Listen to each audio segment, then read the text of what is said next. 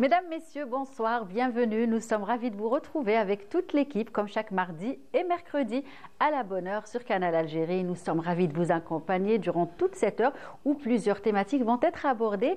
Et cet après-midi, nous allons nous intéresser à notre culture, à notre beau sud algérien, j'ai envie de dire, et aussi au pan, à l'union, j'ai envie de dire, entre notre communauté établie, cette fois-ci au Canada. Vous verrez de quoi il s'agit dans un tout petit moment. En tout cas, pour commencer, nous allons nous intéresser au sud algérien. Nous allons aller du côté de la région de Timimoun, plus exactement, parler justement de ses richesses, de ses potentialités, de ses célébrations également, notamment Wadet Sidi Atman. Et pour en parler, nous avons aujourd'hui le digne représentant de cette région, j'ai envie de dire, Monsieur Abdelmajid Selka, qui nous fait le plaisir et l'honneur d'être avec nous cet après-midi. Et puis, nous recevons Fetiha Outchernen, qui est présidente de l'association Mefetih Culture Algérie-Canada. Et comme je vous l'avais dit, beaucoup d'activités, beaucoup de manifestations culturelles sont organisées pour mettre en valeur la culture algérienne, mais aussi garder le lien entre l'Algérie et la communauté établie au Canada. Et justement, elle est là pour préparer une 3e édition de ces belles manifestations et elle va nous en parler dans un tout petit moment. Et puis, nous allons également parler de la photographie d'art cet après-midi. Il s'agit donc qui se définit, cette photographie d'art qui se définit, j'ai envie de dire, par la perspective adoptée par le photographe pour singulariser justement son œuvre.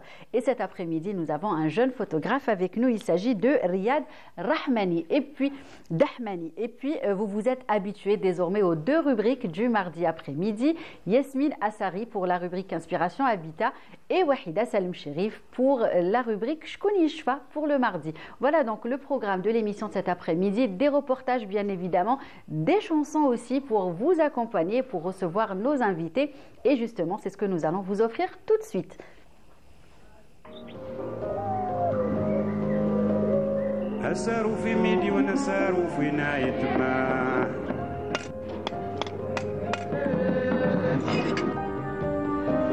جالت بين جبال وردة فتاحة تمتاز بالزين جودة وأصالة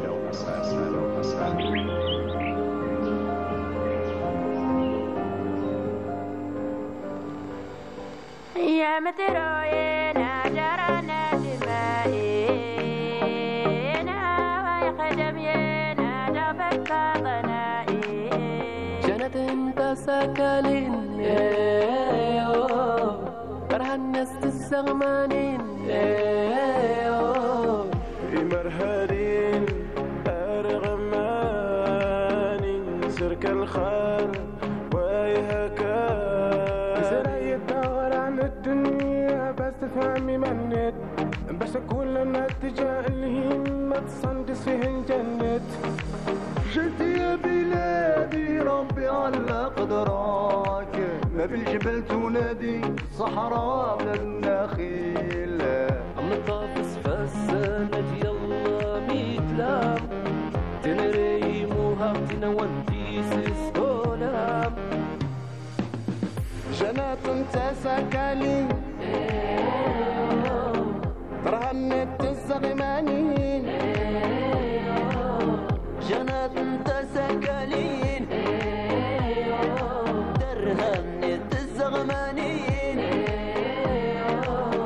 لدي انا نبغيك انت بقلبي اهواك ساكن في بالي ديما اوه يا بلادي زينة اوه يا بلادي زينة اوه يا بلادي زينة ان شاء الله ربي حفظك لينا لك وتننا كيس نزهنا راه من الطاف سفوسيا نمدا اتجانت ديننا انت دغن وانا الطاف سلعة مكسوطة سينجا جانتك لنا قصتي سنولا تسيلي لنا نتكل سافلا سنار دفي وتدي ومستان منك تسري وما كان اللي وصار الهان مغارن دليا اظن جنت ورق سلمتات هاتي سلات تسيلي ونافنتات ميدان الدونات بلاد الخير وردة في الصحراء بلادنا نحبوها وحنا نردوها تاريخ جدود عمره ما يموت بلاد بن مهدي والشيخ حمود من الطاب سفوسيا تكني ما يولاغن أكلنا أكلنا وين جنت انتاي تيزارا هاتي فينا غدرارا أقول صراطنت لانيني وتيانا سوار ومسند سنة دفة وخديوة نستن منك تسريوة فكان اللي وصار هاني مغارا تلياطا.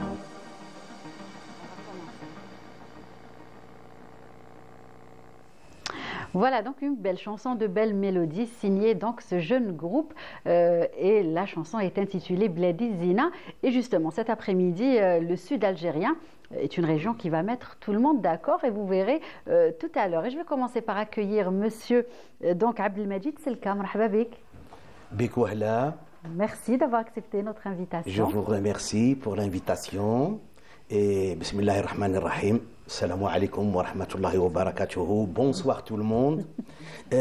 Tout d'abord, si vous le permettez, oui. Je voudrais, avec un peu de retard, mais oui. Il n'est jamais trop tard pour bien faire. Voilà, si c'est pour bien faire, il n'est jamais trop tard, effectivement. Je voudrais adresser mes vœux Asgas Amgas et Innayer Amervouh à tous les Algériens à l'intérieur et à l'étranger, parce que cette année, Yanaïr a été célébré à Timimoun.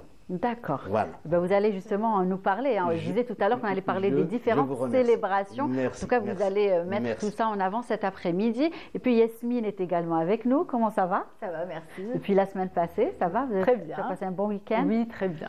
En tout cas, on verra de quoi il s'agit tout à l'heure. Et puis, nous avons également le plaisir de recevoir Fetiha Outchernen. Comment ça va? Ça va, merci. Merci de l'invitation. C'est toujours un plaisir de découvrir les différents studios de Canal Algérie. Hein. Une chaîne très chère pour nous. Oui. Nous qui permet justement de garder le lien. Exactement. Puis, il faut juste savoir que toutes nos chaînes télévisées ou la radio aident à construire ce pont culturel qu'on est en train de construire justement entre l'Algérie, le Canada et avec d'autres pays aussi. Là où la diaspora vit. C'est ça. Sinon, vous avez fait un beau voyage, un bon voyage. Oui, un beau voyage, mais un fatigant voyage. Fatigant. Et puis, du froid, vous avez retrouvé le froid. C'est-à-dire que ça ne change pas, mais je pense que d'ici le week-end, vous aurez droit au beau temps, au beau soleil. Mais je ne me suis pas plainte parce que quand je suis venue, sortie de l'avion, de l'aéroport, j'ai trouvé qu'il pleuvait et c'était le temps. Oui. J'étais très contente d'être reçue en Algérie avec cette belle pluie. Elle était toute fine. Mais j'avais laissé derrière moi un temps glacial, moins 27. Oui. Mais bon, c'est ça le Canada. Voilà, c'est ça. Vous saviez à quoi vous attendre même avant de vous installer. Et ça fait déjà 15 ans. On savait. C'est ça. C'est un choix à faire dans la vie. Exactement. En tout cas, on va en parler tout à l'heure, Fetiha. Et puis, nous avons avec nous un photographe qui est Riyad Dahmani. Voilà. Bonjour. Dahmani, bienvenue. Je vous remercie. Merci pour l'invitation. Bonjour à nos chers spectateurs et vos invités aussi. Je suis heureux et content d'être votre invité, comme à chaque fois. C'est toujours un plaisir d'y être, de parler de culture, de photographie, d'art, de patrimoine et d'échanges entre invités et vous-même. Voilà, donc, et justement, ce patrimoine que vous mettez en avant à chaque fois, à travers vos clichés, on va en parler tout à l'heure. Et je disais tout à l'heure, donc le Sud est une région qui met tout le monde d'accord cet après-midi sur ce plateau.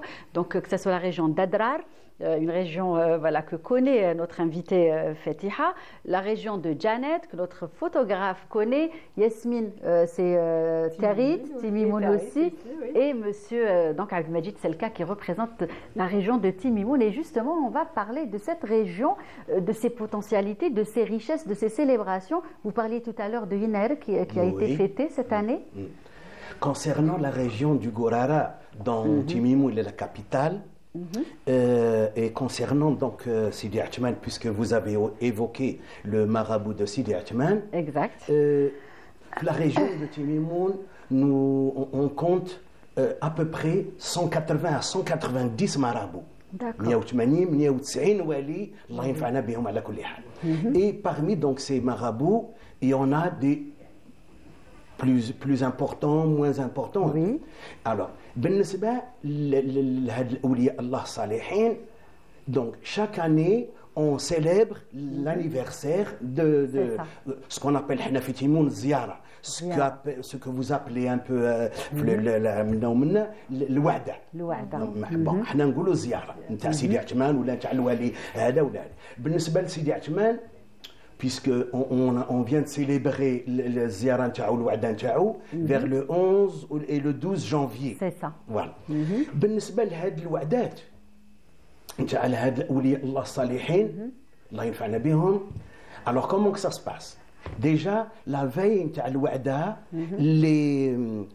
les habitants اللي يسكنوا pas loin du mausolée les quartiers ils égorgent déjà un mouton parce que le lendemain c'est sûr ils vont recevoir beaucoup d'invités au déjeuner, au dîner, donc ils sont là pour donc ils ont déjà préparé le ftour ou l'achat pour les invités. Le jour même نتاع الوعدة نتاع الآخر قبل ما بين صلاة الظهر وصلاة العصر on va pour une truc spécial, le chaulage du mausolée. نتاع هذا سيدي عثمان ولا notre wali.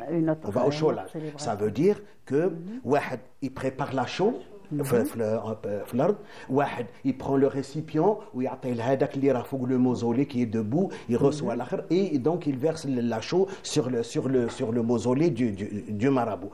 En même temps ils sont en train بالمدح bien sûr, très important. C'est ça qui fait la particularité des célébrations تاع هاد الاولياء. Donc هذا le chaulage قبل العصر. العصر في la prière تاع العصر tout le monde se regroupe dans un endroit spécial qui est une mosquée pas loin du mausolée. Pas loin du mausolée تاع اللي راه الوعدة نتاعو. Les gens se regroupent. نصلوا العصر et après salat العصر juste après la fin les gens اللي متكلفين بالزاوية نتاع هذاك le mausolée تاع الوالي يجيبوا تمرات البركة. Ils vont distribuer 2 ou 3 dates le public avec les personnes qui sont là. Et un petit morceau de pain ثاني تاع زمان toujours خبزة النور.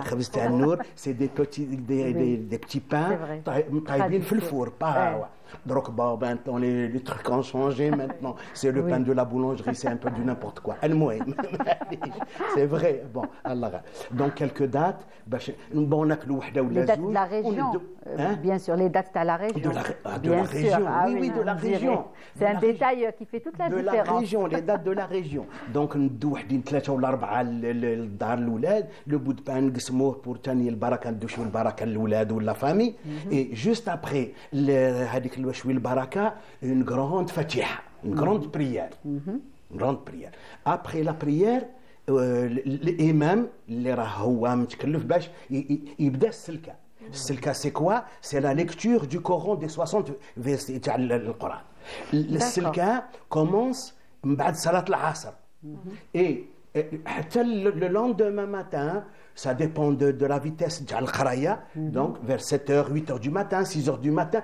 toute la soirée الناس راهم يقراو في الجامع les gens sortent pour se reposer un petit peu alors المغرب يحبسوا من القرايه يصلوا المغرب ensuite une fois qu'ils ont fini la prière تاع المغرب ils reprennent là où ils ont arrêté le Coran la lecture du Coran ils reprennent وراهم يقراو et le thé راه يتمشى على تاي لازم لا تاي راه يمشي ايوه تجي وقت صلاه العشاء يحبسوا يصلوا العشاء bien sûr une fois يكملوا صلاه العشاء ils reprennent là où ils ont تاني الاخر ومن بعد يحبسوا يجيبوا لهم يتعشوا في الجامع tout le monde كاع العشاء bien sûr bien الطعام logiquement c'est le couscous c'est inévitable le couscous les légumes ما شاء الله حصل voilà et après ils reprennent là où ils ont parce qu'ils se sont arrêtés vers 2h du matin يجيبوا لهم شويه الملفوف des fois à l'époque bon maintenant c'est un peu cher peut-être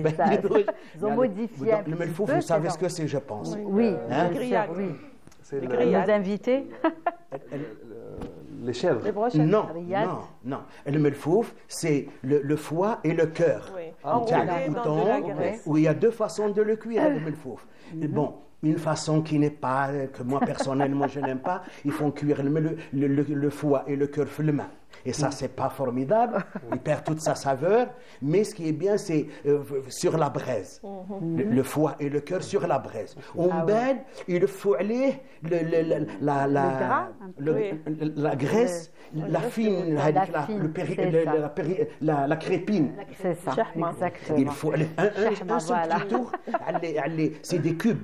Des petits cubes soit الكبده ولا القلب des petits cubes يديروا عليهم un petit tour نتاع هذيك لا كريبين ومن بعد يديروه في لابغوش ويفوتوهم سير لا بريز ويعاودوا يجي يسربوا لهادو كاع الناس اللي راهم célèbre. ça donne un peu la bouche.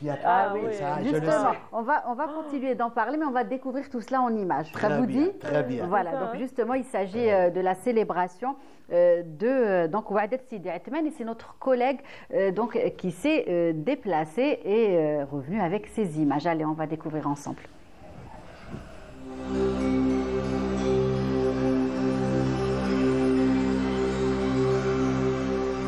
Connu sous le nom de l'Oasis Rouge, Timimoun offre un paysage hallucinant. Des palmiers répartis en une infinité d'oasis. La ville moderne présente une forte animation et quelques monuments de style soudanais.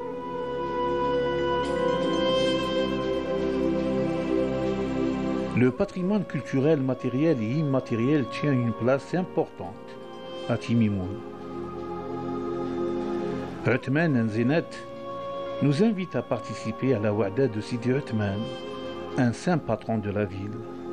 Après avoir traversé les palmeraies, nous nous enfonçons dans d'étroites et tortueuses ruelles de la ville. Les chants de l'Ahalil se font entendre au loin. Les participants forment un cercle. Épaule contre épaule, ils reprennent en chœur des strophes en donnant la réplique aux chanteurs solistes. Chanté en dialecte zénète, on trouve pratiquement ce chant sacré du Gourara dans toutes les cérémonies et fêtes de la ville. Aujourd'hui, on fête Ouadet Sidi Othmane, un saint patron et un des bâtisseurs de la ville de Timimoun. Le mot Ahalil désigne à la fois un genre musical et le groupe qui le pratique. Ces chants foisonnent de prières et de refrains où Dieu est glorifié dans son unicité.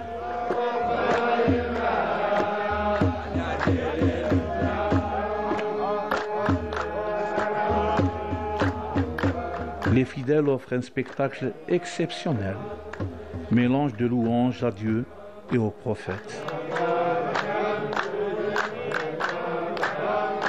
Wa'det Sidi Othmane de Timimoun est un événement captivant, exécuté conformément au rite séculaire. C'est un véritable trésor qui attire l'admiration et la curiosité des amoureux du dépaysement. Voilà donc un beau reportage, de belles images en tout cas réalisées par notre collègue Hamid Rbouh, et justement donc ça représentait bien, les images représentaient bien les célébrations. Tout à fait.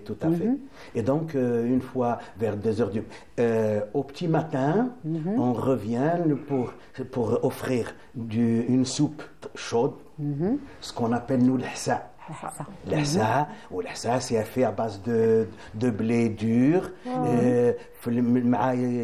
يحرتوهم يحصدوهم في الجاردان يطيبوهم في الرمله. Et ça, ce qui fait le goût de l'hsa qu'on prend tous le Ramadan pour la rupture du jeûne. Personnellement, l'hsa, c'est tous les soirs de Ramadan. Et on y va. Vous parlez et moi je confirme. Ça fait remonter des souvenirs. Vraiment. L'hsa, oui. Tellement bon. Parce que justement, vous avez vécu dans deux régions du Sud. J'ai passé 10 ans de ma vie. C'est les meilleurs 10 ans de ma vie. Oui, donc c'était la région d'Adrar. Adrar et Timimoun. Et Timimoun, ah ben voilà. Oui, donc je connais l'hsa, je connais le melfouf. Et je confirme le goût. Non, voilà. Et au petit matin, le bon, la saveur, le bon goût. C'est extrêmement bon. Et une fois qu'on finit la lecture du Coran le matin, c'est une grande fatiha et tous les gens rentrent centre. Des fois, même si c'est Sidi Atman, c'est en plein centre de Timimoun, mais les villages avoisinants, ils sont prêts lorsqu'il y a une ziara, une wa'da, la même chose, la même célébration, le même rythme. Ils égorgent un mouton, pour ceux qui le peuvent. Oui, bien sûr, pas n'importe qui peut. Donc, c'est sûr qu'ils vont recevoir des invités le jour de Ziara. Et justement, monsieur Selka, aujourd'hui, j'imagine que les locaux, les gens qui habitent bien évidemment Timimoun, font ces wa'dat, mais est-ce que vous recevez aussi des invités, des gens qui viennent justement à la découverte de nos coutumes et de nos traditions? Beaucoup, oui, beaucoup. Comme je disais tout à l'heure que depuis une quarantaine d'années, si ce n'est pas depuis l'indépendance à la Kouléhal, en Algérie, il y avait 2 pôles d'attraction, Timimoun et Tamanrasset. Timimoun pour le tourisme. Tamanrasset pour deux raisons, le tourisme et le pèlerinage. Et Gherdaya aussi, parce que c'est une ville aussi qui a ses... Et justement, la Wa'dat Sidi Atman coïncide aussi avec un autre événement personnel, j'ai envie de dire. Ça veut dire personnel. Oui, je non. suis né, voilà. je suis né le jour même de l'Ouadan Sidi Atman. Bon, il y a 70 ans. Je suis né l'après-midi au moment du cholage de Sidi Atman. Bon, il n'est jamais trop tard pour bien faire, comme on disait tout à l'heure. Donc, on vous souhaite un très bel anniversaire, une longue vie, Inch'Allah, pleine de santé. Merci à vous aussi. Merci à vous aussi. Merci. Voilà, donc c'était histoire de faire un petit clin d'œil, bien évidemment, et vous souhaiter un bel anniversaire cet après-midi. En tout cas, une belle célébration que nous avons partagée aujourd'hui avec nos invités, avec les téléspectateurs également. Et je voulais juste ajouter quelque chose. Ça veut dire qu'au Gourara, on célèbre presque toute l'année la fête d'un marabout quelque part. Oui, voilà. Les villages, les oasis, comme disait Madame Yasmine, les oasis, نعيطوا لهم القصر.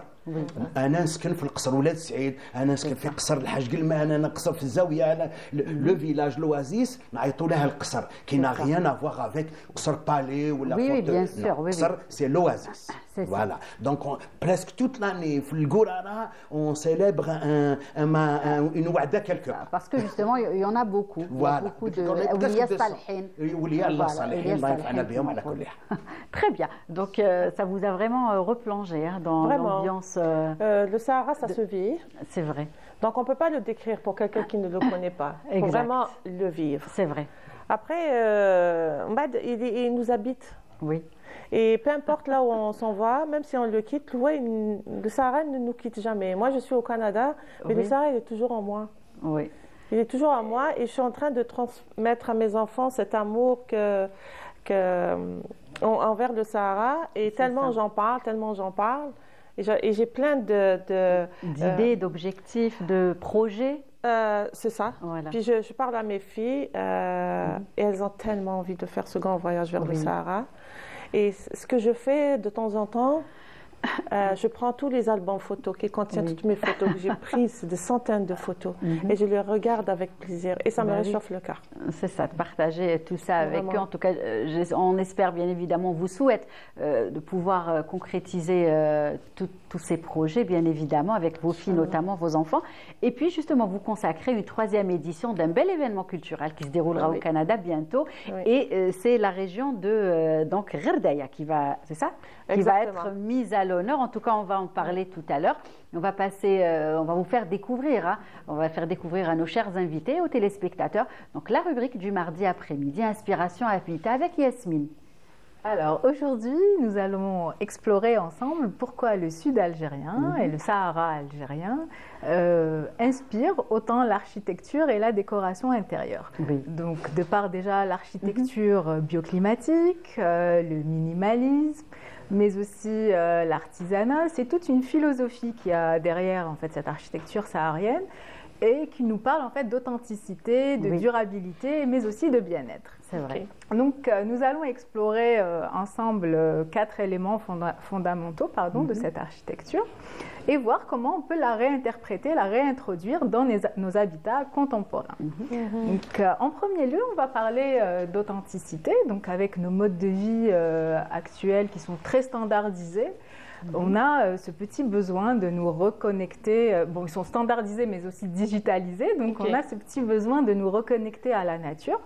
mais aussi à retrouver quelque chose d'authentique et des origines. Donc l'architecture saharienne, en fait, c'est une leçon de nos ancêtres qui ont vraiment mis en œuvre leur ingéniosité pour faire face à un climat aride. Et donc, on ne peut que s'inspirer de ce savoir-faire. C'est ça. Donc, l'authenticité, on la retrouve que ce soit dans les solutions bioclimatiques au niveau donc, des constructions, donc les murs intérieurs qui sont épais, qui assurent qui assure donc l'énergie, enfin je trouve pas mes mots, où il y a en fait je trouve vraiment pas mes mots, on assure en fait le climat, le oui, c'est-à-dire on n'a plus de déperdition thermique. Voilà, je retrouvais. Voilà. Merci. C'est ça, c'était vraiment le moment où j'ai perdu mes mots. Et puis on a aussi donc dans l'authenticité, ce caractère des couleurs, parce qu'on a les palettes de couleurs chaudes, des dunes, donc ocre, brun, terracotta. C'est vrai. Et puis voilà, aujourd'hui, même dans les rubriques passées, on avait parlé donc des tendances décoration en 2025. Oui, c'est vrai. Et on a ce retour vers ces palettes de couleurs qui sont le terracotta, vers la nature, voilà, le vert, sauge, etc. Donc on a vraiment ce retour à cette philosophie-là de se reconnecter.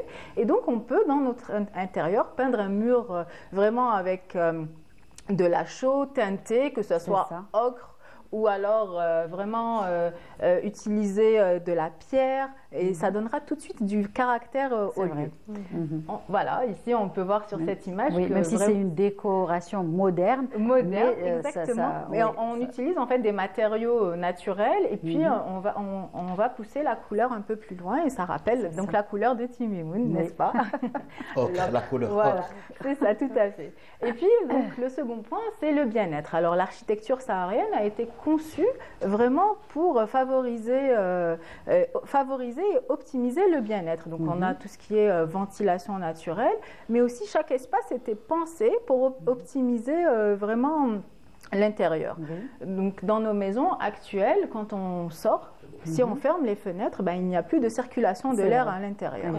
Avant, on avait donc les patios, on avait les petites ouvertures au-dessus des fenêtres qui assuraient en fait cette circulation continuelle de l'air.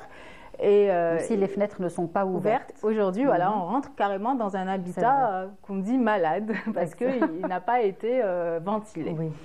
Donc, il faut penser justement à assurer une ventilation de nos intérieurs, que ce soit par des mouches à rabier ou par des claustras ou carrément des rideaux avec des matières naturelles comme du lin. Donc, n'hésitez pas à le faire. Et troisièmement, on a donc le design, le design et la fonctionnalité. Alors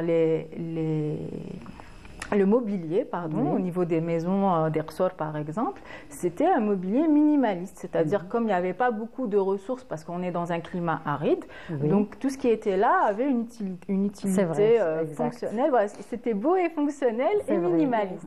Donc on peut dire aussi que le design de l'architecture saharienne, c'est un design minimaliste parce que ce qui était là était utile, on n'avait pas une accumulation d'objets qui étaient là juste pour faire joli, mais vraiment tout était fonctionnel. C'est pas plus mal, hein, voilà, on dirait. Tout à fait. Et puis, il y a aussi le fait que quand on a moins d'objets, on a moins de désordre.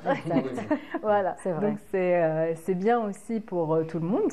Et on a, pour ce qui est du mobilier, on a les assises, par exemple, qui sont carrément en maçonnerie. On a les niches dans les murs. Et puis, on a l'utilisation de matériaux bruts, donc comme le bois, les bois de palmier. Et aujourd'hui, on retrouve vraiment cette envie de reprendre ces matériaux naturels dans nos intérieurs, et c'est aussi donc les tendances de cette année-là. Donc on va vers du lin, vers du rotin, du bois brut, vers tous ces matériaux qu'on réintègre dans nos maisons.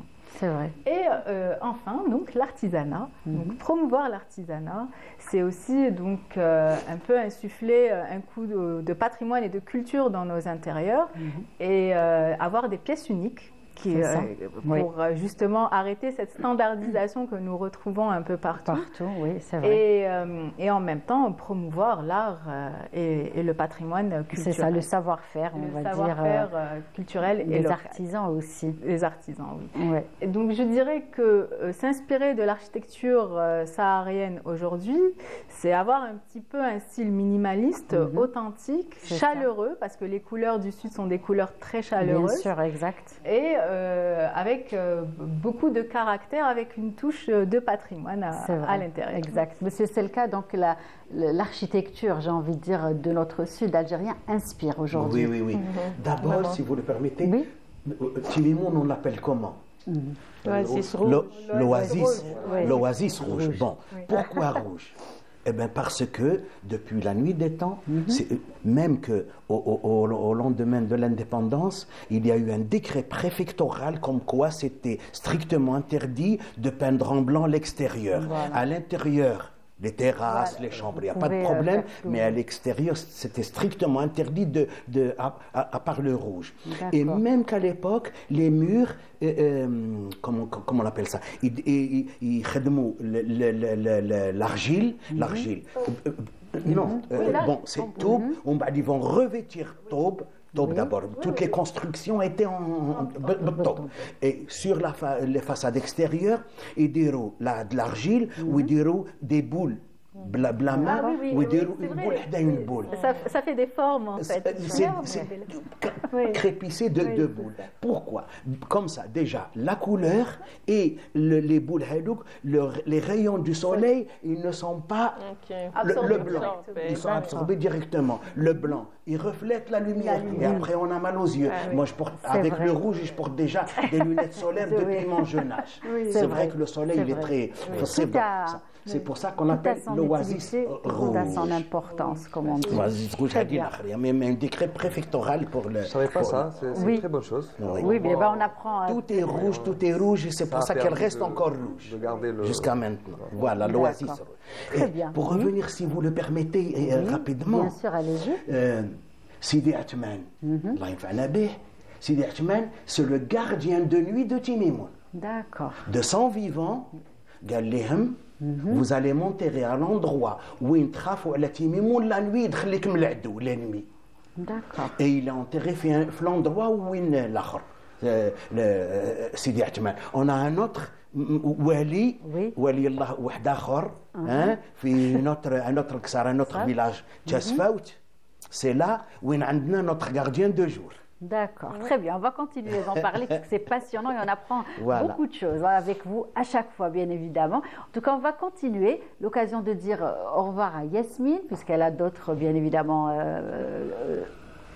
rendez-vous. Voilà, rendez-vous. En tout cas, Yasmine, on se retrouvera demain. Demain, Inch'Allah. Voilà, avec grand plaisir. Et merci pour le choix de cet après-midi. En tout cas, on a appris plein de choses. Et on continue en chanson Chiban, Mademoiselle Algérie. On revient pour recevoir Wahida et continue avec nos invités.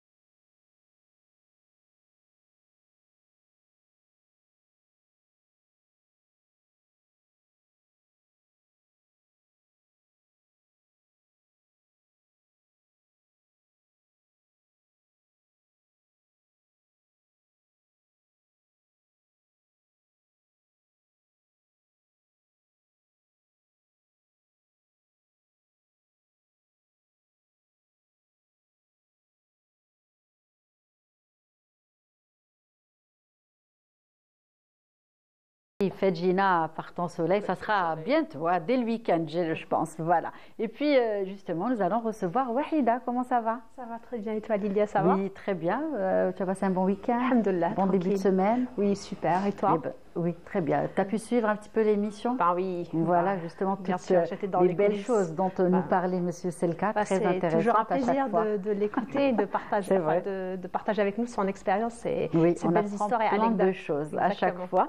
Et on va continuer. Cette fois-ci, on va, dans le but de garder le lien, comme à chaque fois, avec notre communauté établie à l'étranger. Cet après-midi, nous allons aller loin. Il s'agit du Canada, avec notre invitée, donc Fetiha, qui justement est la présidente de l'association Mafatih Culture Algérie-Canada.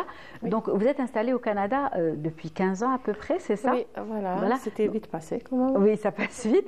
Et justement, qu'est-ce qui vous a conduit à aller vers la culture, vers la promotion justement de la culture algérienne et surtout qui vous a fait penser à garder le lien entre l'Algérie et la communauté établie au Canada? D'abord, moi je suis archéologue, anthropologue de formation, sortant de l'université d'Alger. Donc j'ai toujours travaillé dans la culture, dans la préservation du patrimoine et la promotion de notre culture aussi. Donc c'était ça ma mission ici en Algérie. Quand je suis partie au Canada, être loin de l'Algérie, pour moi, c'était pas une raison de se détacher de notre beau pays, le plus grand pays d'Afrique. Hein. Oui. Et donc, il fallait mettre aussi en lumière notre culture, comme je le faisais ici en Algérie. J'ai décidé de le faire aussi au Canada. Okay?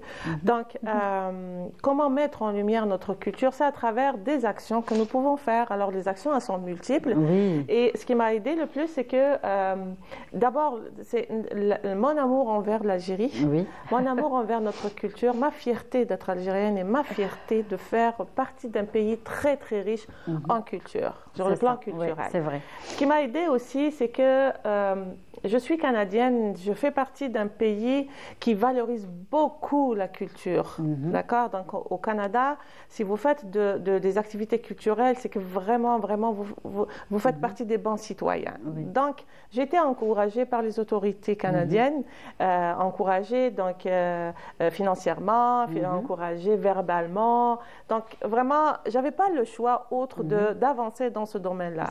Les Canadiens, quand vous faites une activité, ce n'est pas forcément pour faire de la publicité de la culture canadienne. C'est très important, justement, de mettre en avant tout ce qui est culturel, tout ce qui est identité, tout ce qui est coutume et tradition également. Voilà. Et donc, on a commencé par... j'ai commencé d'abord par une petite émission que j'anime sur mon compte Facebook. Aussi, c'est ça, qui partagez des vidéos. C'est ça, qui s'appelle Senteur de jasmin d'Algérie au Canada. Voilà. Après, j'ai pensé à faire grand. D'accord? Comment faire grand? C'est faire un salon de la culture algérienne. C'est ça. On est rendu cette année à la 3e édition. Exact. Et donc, chaque année, on choisit une thématique. L'année faite, on avait fait sur l'artisanat de l'Algérie. Ça a été vraiment grandiose et j'ai eu le plaisir de... voilà.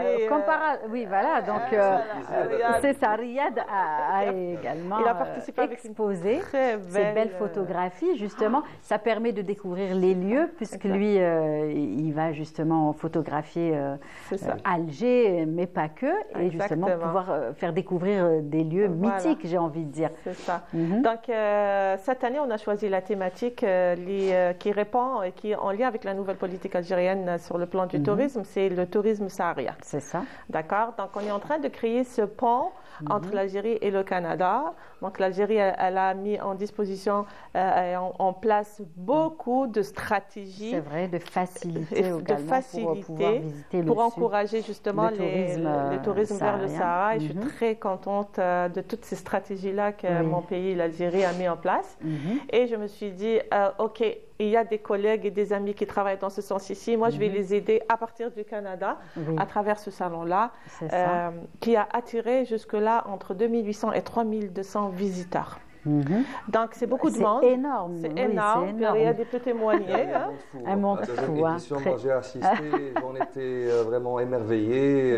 Je ne parle pas du côté émotionnel, je vous parle juste du côté nombre et la foule qu'il y avait. Je vous dis même, pour ne pas oublier ce point-là, que le salon avait ouvert ses portes à 11h. Oui. Il y avait une queue à l'entrée à 11h moins, 10h30, avant 11h même moins 20. Il y avait des gens qui attendaient dehors pour pouvoir entrer. Voilà. Et c'était en quelle période? Il faisait froid ou non, ça va? au mois de mai. Ça va. Oui, c'est le 26 mai. Voilà. Frais. Donc la thématique, c'est le tourisme saharien. On va mettre en lumière, pour cette année, bien évidemment. On va mettre en lumière les plus belles destinations d'Algérie touristiques. Donc عندنا جانات تمنا راسات عندنا تيميمون باش ما نزعلوش علينا surtout monsieur Silkara وهنا j'avais pas le droit de dire ça. Oui, heureusement. Donc Timimoun, Ghardaya, Inch'Allah on aura Ouadsouf aussi. Donc l'objectif de ce salon, c'est de créer ce pont justement sur le plan touristique entre l'Algérie et le Canada et de développer, on espère développer du partenariat dans ce cadre-là. Bien sûr, oui. Donc le noyau de ce salon, c'est vraiment inviter des agences touristiques algériennes qui viendront au Canada. Et puis on a des agences touristiques canadiennes qui seront là. Donc on va les mettre ensemble dans la même ambiance. Voilà, pour trouver des formules. De travailler ensemble dans l'avenir. Maintenant, nous, on va exposer ce que nous avons comme programme touristique aux Canadiens. On va leur dire voilà ce que nous avons comme programme touristique. Bien sûr, on va jouer beaucoup sur la photo. On va exposer beaucoup de photos sur les paysages, les plus beaux paysages du Sahara. Des vidéos aussi, peut-être. Des vidéos, des photos, des tableaux de peinture. Il y aura de tout. On a même un coin, ce qu'on appelle l'Algérie virtuelle. Donc, les gens vont porter les casques à dos et vont voir. Réalité virtuelle. C'est ça. Donc, c'est des visites virtuelles de Timimoun. On a aussi Béchar, Tamanarasat, Janet et Ouadsouf. Donc, le monde va venir, les Canadiens vont venir voir des photos et tout ça, mais aussi ils vont parler avec les agences, ils vont prendre tout ce qui est l'article publicitaire, les flyers, les contacts. Après, on les laisse travailler ensemble. Donc, les gens qui vont vouloir visiter l'Algérie, ils auront l'information.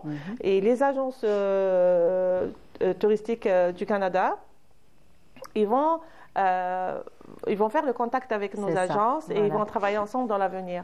Donc, c'est le salon de la culture d'Adlam, il va juste ouvrir la porte d'un partenariat touristique entre l'Algérie et le Canada. C'est ça. Et voilà, on attend un grand monde, Inch'Allah, ça va être réussi. Monsieur Silka, qu'est-ce que vous pensez justement de ce genre d'initiative? Je vous encourage et je vous félicite. Merci beaucoup. Vraiment, vraiment, ça c'est... Vous ne croyez pas si bien dire parce que comme on parle du Sahara, que c'est une expérience à vivre et qu'on ne peut pas la raconter et donner l'émotion à l'auditeur comme celui qui la visite. Tout à fait. Et bien pour le salon, c'est la même chose. Il faut vraiment y être pour comprendre l'intérêt que la communauté algérienne au Canada porte à l'Algérie et même, je vous dis, même les Canadiens et pas des citoyens seulement. Même les officiels du Canada, du Québec particulièrement, ils ont un grand intérêt envers l'Algérie et envers la culture et le patrimoine algérien. D'ailleurs, j'ai essayé de convaincre une députée québécoise l'année passée de venir au Sahara algérien. Je ne sais pas si depuis elle est venue ou pas, mais en tous les cas... vous avez su la convaincre. Il y a un intérêt, effectivement, parce que lorsque les Canadiens arrivent au salon, ils sortent toujours avec les mots... Mais votre culture est profonde.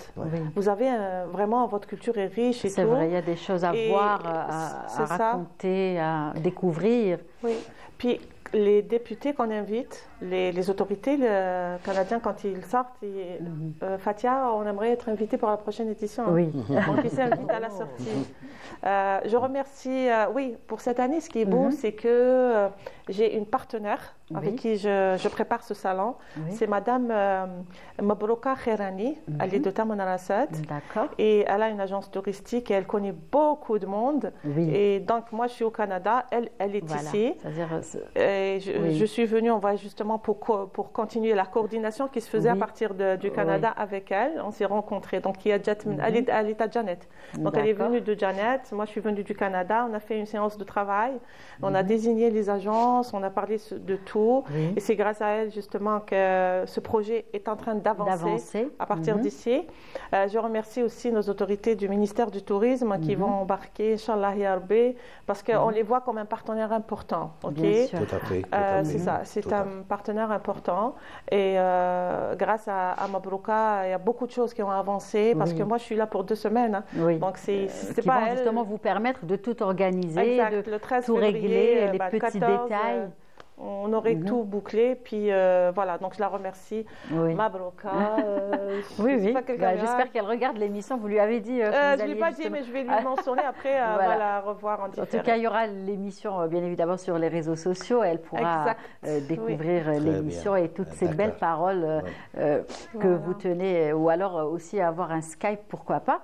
Et donc, on va revenir aussi à votre chaîne, à l'émission que vous animez sur les réseaux sociaux, et à travers laquelle vous mettez en avant le savoir-faire, la culture, mais pas que, et aussi justement les pointures, j'ai envie de dire, ce que font les Algériens au Canada. C'est ça? Oui, alors Riht Yasmine Dzaïer au Canada, elle joue un rôle important dans le sens où elle met en lumière l'Algérie sur le plan culturel, sur le plan touristique, tout ce qui est beau de l'Algérie, ok. D'un côté.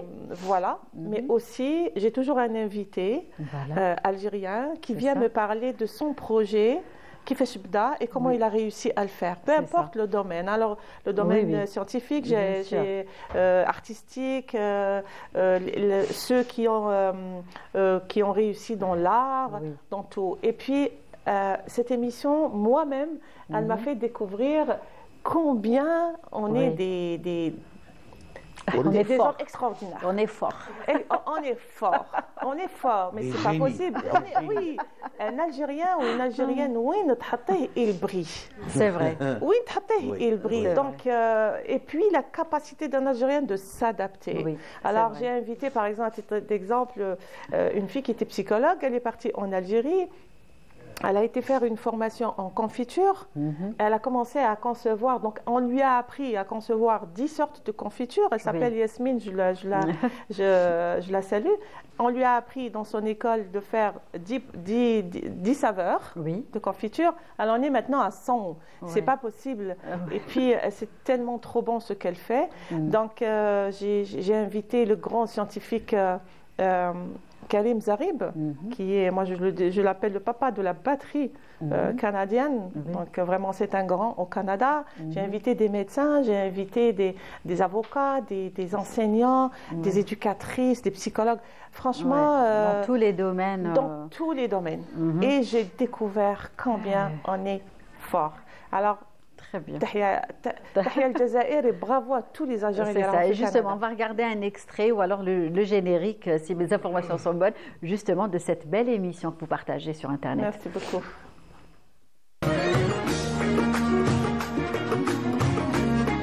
Avec Riht Yasmine Dzaïer, nous vous ferons vivre l'Algérie avec toute sa diversité culturelle. Villes, sites, histoires, citations et bien d'autres.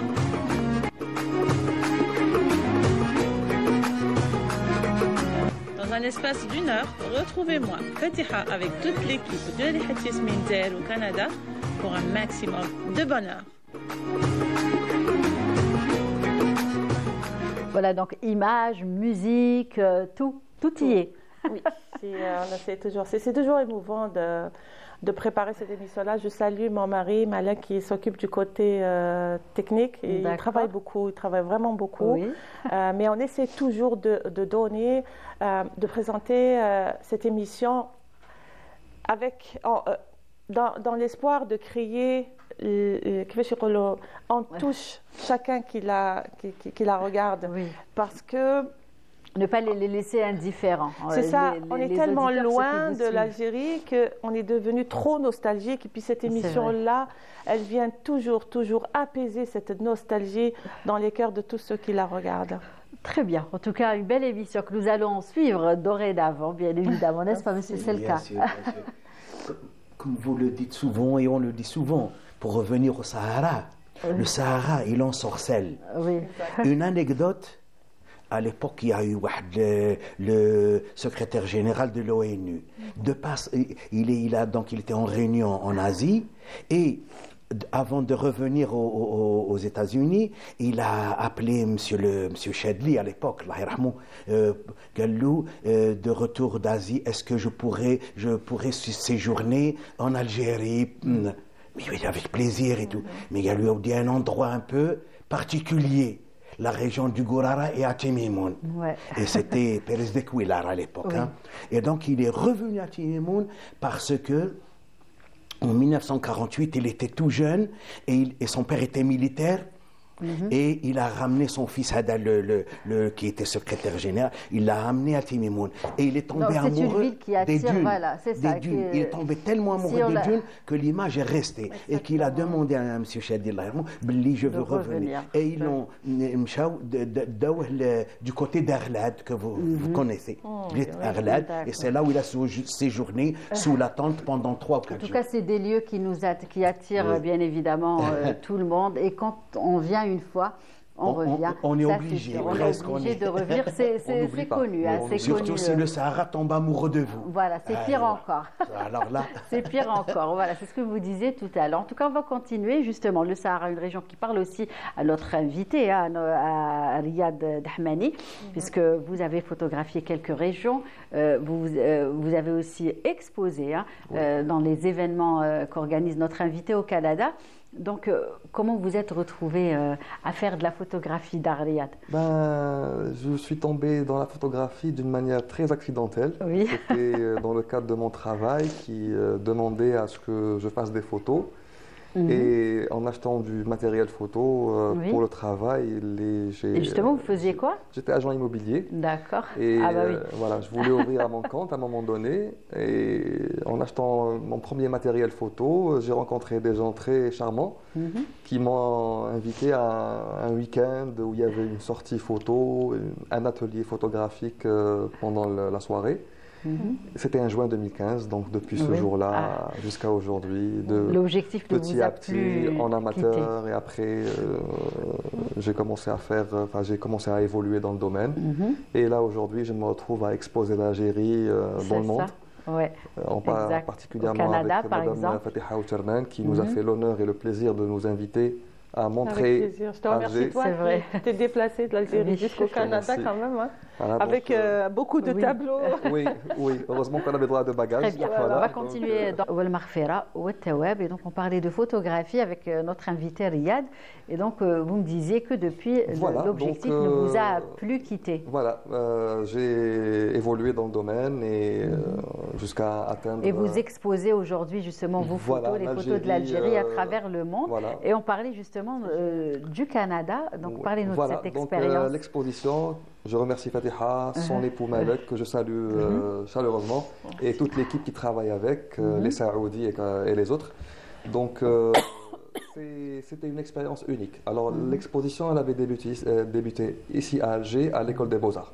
Donc, c'est un travail qui a été fait en partenariat avec la wilaya d'Alger. Je salue Là, on est en train de découvrir une belle photo.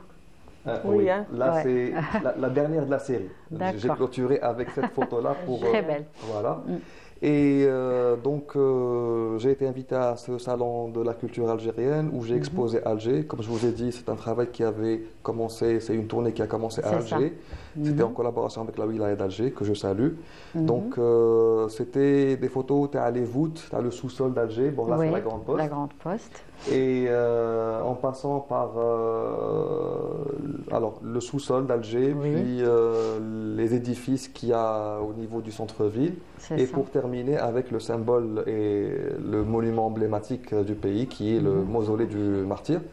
Et voilà, donc ce qui m'a touché, on va dire, dans cette tournée-là, c'était au Canada, parce que comme Fatiha l'a dit, voilà, là c'est les voûtes qui remontent à l'époque ottomane. Voilà, donc c'était. D'ailleurs, c'est pas accessible au public parce que c'est en pleine restauration, mais on a eu la volonté de faire découvrir ce patrimoine-là au grand public. Pour ne pas priver de... Voilà, une autre aussi. Pour le plaisir des yeux et de connaître ce patrimoine-là. Magnifique. Voilà. Donc, magnifique. Très belle photo. Alger, hein. Oui, là c'est en dessous de la place des Martyrs. C'est vraiment en dessous. Alors d'ailleurs on se pose la question, où se trouvent ces vestiges? Personne, même moi c'est une découverte, je ne connaissais pas ça avant d'avoir été sollicité par le service de la wilaya d'Alger pour les photographier. Voilà, là c'est le siège du Parlement. C'est ça. Voilà, Moi, ce que je voulais ajouter aussi à ta participation, c'est que, bon, avec Riyad, on avait beaucoup coordonné pour la préparation de cette exposition-là. On ne se connaissait pas encore, mais on s'échangeait beaucoup de messages et tout. Bon, c'est le jour du salon, j'étais dans le moulin au four et au moulin, c'est ça. Donc, j'ai pas eu ce moment de voir, d'apprécier.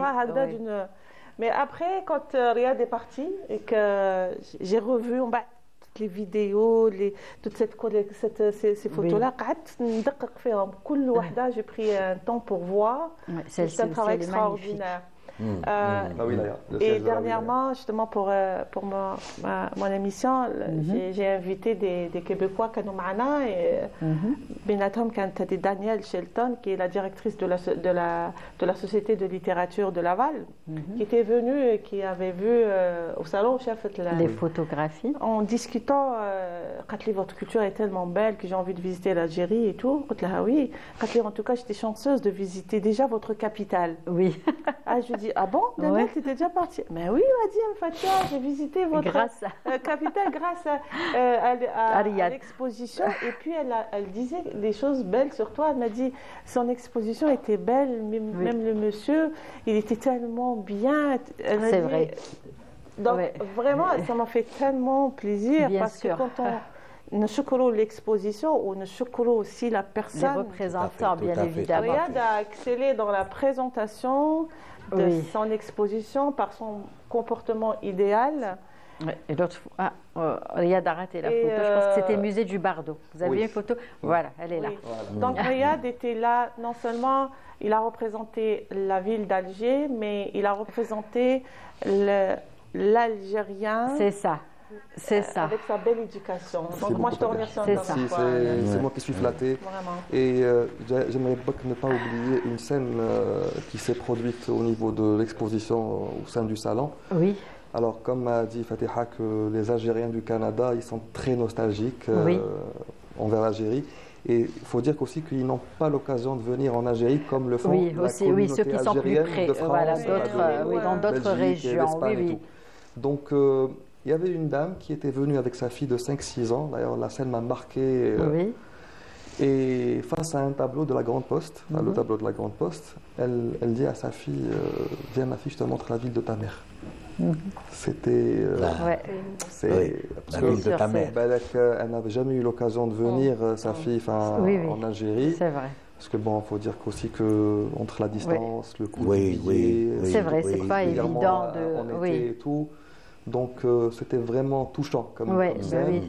Tu fais que les Algériens envers leur pays et l'attachement qu'ils ont et tout. Voilà. Et j'en passe, même j'ai... on a raté une photo aussi.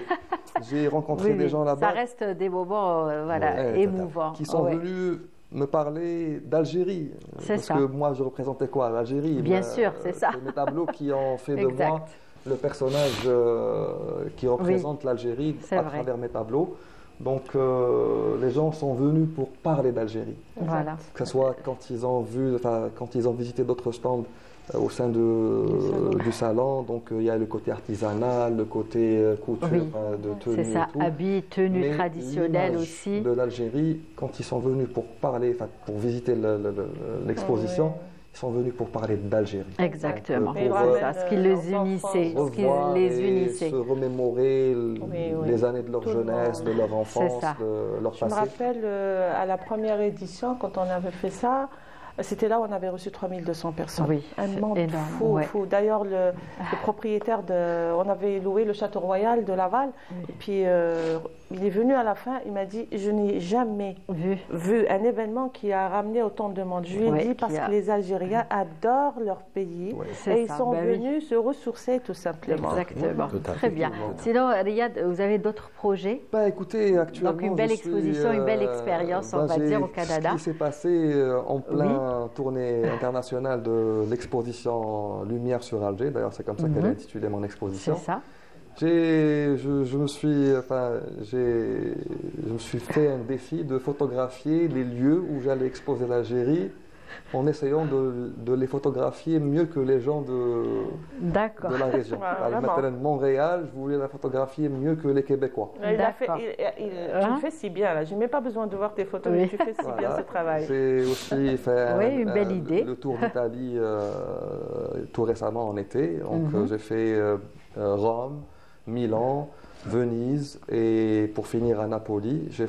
D'ailleurs, j'ai été invité par l'Institut culturel italien au Salon du Livre. D'accord. Il y a beaucoup d'échanges culturels entre l'Algérie et l'Italie dans différents domaines, en tout cas, très actifs. Ils m'ont invité pour exposer l'Italie que j'ai fait en une semaine. J'ai fait le tour d'Italie pour la photographier et j'ai donné aussi une conférence sur la photographie et sur mon séjour en Italie. Voilà, donc j'ai fait un petit peu le tour entre Alger que j'ai exposé ailleurs, et en passant par Montréal, Paris, Italie et Dubaï. Donc là, je prépare une exposition que j'ai nommée Lumière d'autre part. D'accord. Voilà. Comme j'ai exposé Lumière sur Alger à l'international, j'ai ramené avec moi d'autres lumières d'autre part pour les exposer ici en Algérie. Bravo. Merci. Donc on a hâte de découvrir tout ça. C'est une expo qui est prête, mais qui n'a pas encore trouvé lieu pour être exposée. Très bien. En tout cas, n'hésitez pas à revenir, bien évidemment, pour partager avec nous ces clichés. Je rappelle que le défi était de photographier l'endroit avec toutes les difficultés que ça comporte, parce qu'il faut déjà connaître la région. Quand on n'est pas de la région, on ne connaît pas les beaux endroits. Faire déjà un repérage au préalable avant de faire le shooting, mais aussi rencontrer les bonnes conditions de lumière, de climat et tout.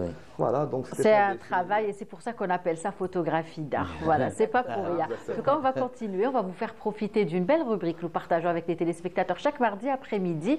Shkouni Shfa avec Wahida, et c'est juste après le jingle.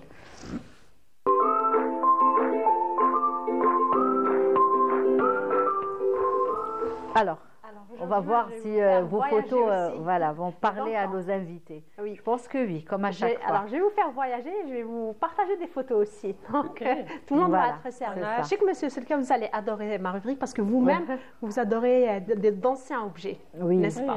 Allez, on va commencer avec la première photo. Je vais vous faire deviner de quel objet il s'agissait ou qu'est-ce qu'on faisait avec cet objet. Alors, on va voir avec la réunion. Alors, je connais à l'aide de l'objet. Pour la chaussure? Qu'est-ce qu'on faisait avec? On réparait les chaussures? Oui, tout à fait. Exactement. C'est un outil pour le cordonnier. Il l'utilisait pour réparer les chaussures. Réparer ou alors les agrandir un peu quand elles étaient serrées. Voilà. Et comme c'est un outil qui est important, on peut même l'utiliser jusqu'au jour d'aujourd'hui. Il est pratique parce que... Le qalb, c'est ça? Oui. Le qalb, on ça l'appelle. Ça peut être qalb aussi. Il peut faire le travail de qalb, justement. Ah, c'est pas le qalb, c'est autre chose. Ça peut être aussi. Parce qu'en fait, vous avez vu, il y a trois pièces dedans. Donc, c'est un outil qui peut, non seulement, on peut mouler la chaussure, utiliser comme moule, tout simplement le mettre pour réparer la chaussure ou coller ou en appui. Même réaliser la chaussure en elle-même. Exactement. Oui, des fois. Très bien. Deuxième objet. Alors, deuxième objet. À votre avis, de quoi il s'agit? Bon, on doit le tourner peut-être? Oui. C'est une... Pour ouvrir une conserve. Dans le bois ou l'aluminium. Pour les roues. Non. Pour faire les trous dans les murs ou là dans les murs. C'est une perceuse. Bravo, monsieur Selka. C'est une perceuse manuelle. Voilà, c'est une perceuse manuelle. Donc avant, tu l'as trouvé où celle-là? Il fallait la trouver ça. Je fais beaucoup de recherches. Je fais beaucoup de recherches. C'est une perceuse manuelle. Donc avant qu'on ait maintenant la perceuse électrique ou avec des piles rechargeables, donc on avait cette perceuse manuelle. On faisait faire de l'exercice.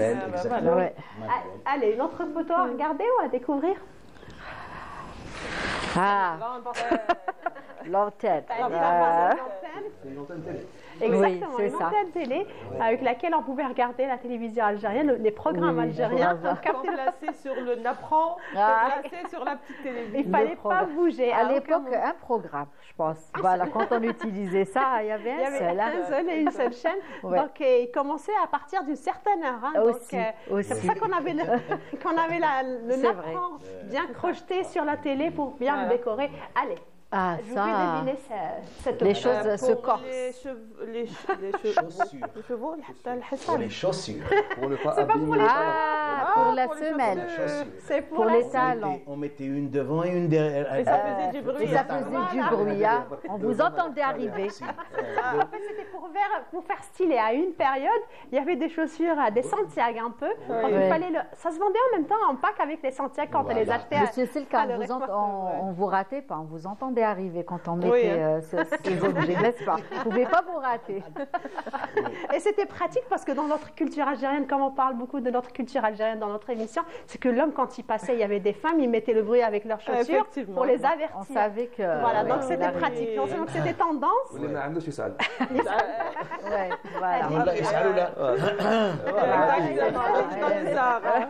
Allez, cet objet. Un ouvre-boîte. Ouvre-boîte. Bingo. Vous connaissez tout. À l'époque, la note complète. À l'époque, les boîtes de sardines soudaient la boîte. Exactement. Où la boîte fait une languette. Donc, on cassait la clé. Et on tournait avec. La languette et on ouvrait la boîte de sardines. Ça existe jusqu'à aujourd'hui.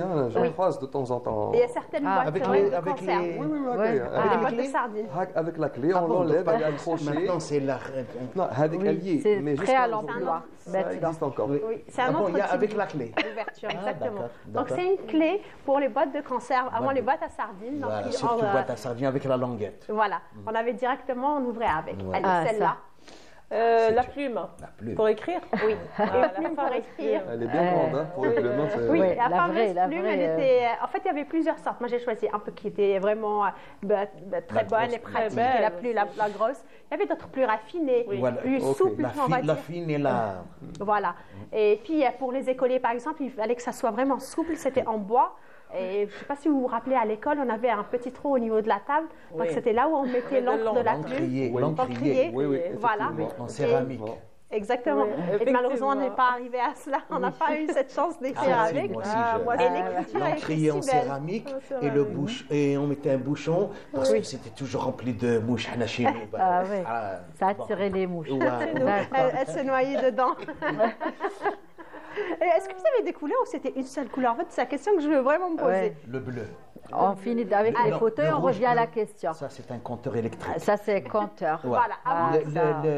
La couleur rouge, l'encrier du maître, de l'instituteur. Tous les élèves, c'était l'encrier bleu. L'encre bleue. Qu'on préparait nous-mêmes. D'ailleurs, on nous donnait la poudre, l'eau et la bouteille. On préparait l'encre bleue et on allait la verser. Le chef de classe, pendant une semaine, c'était sa mission. Pendant une semaine, remplir les encriers. D'accord, eh ben. Est-ce qu'on peut voir une autre photo? Oui, on a vu le compteur. Avec les... On va les laisser deviner. On va les laisser deviner. Allez, la machine à coudre. Exactement. C'est l'huile pour mettre de la burette.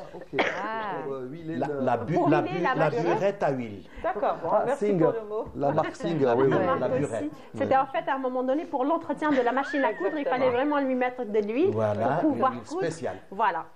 En fait, elle se vendait en pack avec les machines à coudre. Ça nous parle. Ça nous parle. J'aurais pu l'utiliser aujourd'hui pour ma coiffure, mais bon. Alors c'est quoi? C'est un sèche-cheveux, ça rappelle une belle époque. C'était de bons vieux temps. On le voyait dans des films, les fameuses coiffures. Les rouleaux, les bigoudis.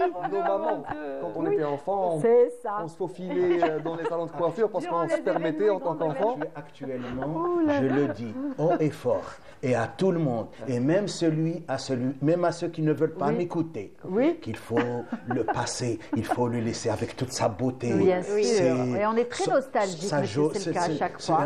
Le passé, il est très loin du présent. Donc il n'y a pas lieu de les comparer. Voilà.